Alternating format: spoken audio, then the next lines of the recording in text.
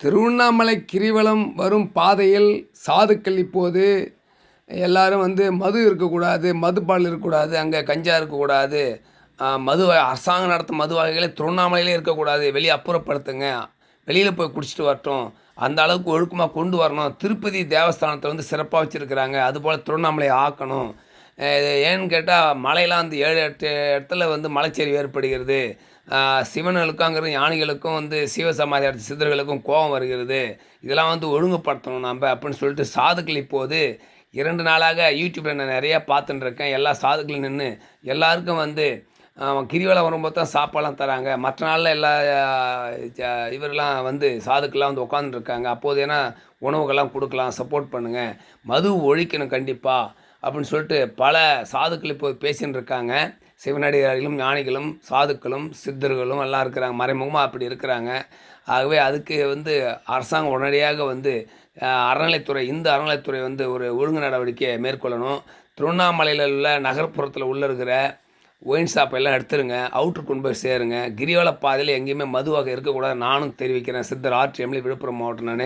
நான் பல வீடியோக்கள் போட்டிருக்கேன். ஏற்கனவே வந்து 7-8 இடத்துல இப்படி ஆகக்கூடாது, மலையை வந்து சரியக்கூடாது. இத்தனாயிரம் ஆண்டுகள் லட்சோபலட்சம் ஆண்டுகளான அந்த மலை இப்படி எப்படி இப்போ மட்டும் இதாகுதுன்னா அதிகமாக வந்து இங்கே தங்குறாங்க. டூரிஸ்டிங் பிளேஸ்னு சொல்லிட்டுங்கிற முறையில் வராங்க, மலைவாழம் சுற்றுன்னு சொல்லிட்டு வராங்க. அங்கே வந்து எல்லாம் மலையை சுற்றிட்டு மது அப்படி சொல்கிற சில இதெல்லாம் இருக்குது. நானும் ஒரு வீடியோ போட்டிருக்கிறேன். ஆகவே இந்த அறநிலைத்துறை திருவண்ணாமலை மாவட்டம் திருவண்ணாமலையில் இருக்கிற கிரிவலப்பாதைக்கு இந்த அறநிலைத்துறை உடனடியாக நடவடிக்கை மேற்கொள்ளணும். மது கடைகளை கண்டிப்பாக தமிழ்நாடு அரசு வெளியேற்ற வேண்டும். திருவண்ணாமலையை சுற்றி மது விற்கக்கூடாது, தடை விதிக்க வேண்டும். எப்படி குஜராத்தில் வந்து மது விற்கக்கூடாது அந்த காந்தி நகரில் சொல்லியிருப்பாங்க குஜராத்தில், அதுபோல் இங்கே வந்து திருவண்ணாமலை கிரிவல பாதையில் மதுவே விற்கக்கூடாது. கண்டிப்பாக நாங்கள் சொல்கிறோம். உடனே இந்த ஃபோட்டோ நாங்கள் ஷேர் பண்ணுறோம். ஃபோட்டோ போட்ட உடனே மக்கள் எல்லாம் ஷேர் பண்ணுங்கள். நிறைய மக்களுக்கு போய் சென்றடையட்டும்.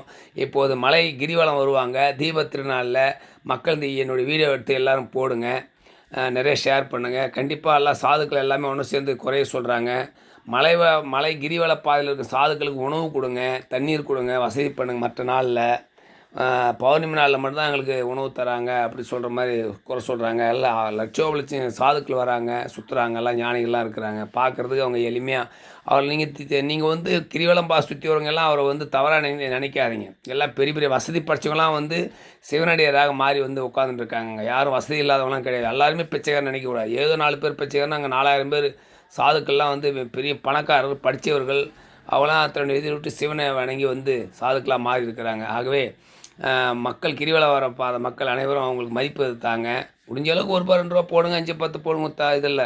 ஆகவே கிரிவலத்தை நமக்கு பாதுகாப்போம். திருவண்ணாமலை அரண சிலையை பாதுகாப்போம்.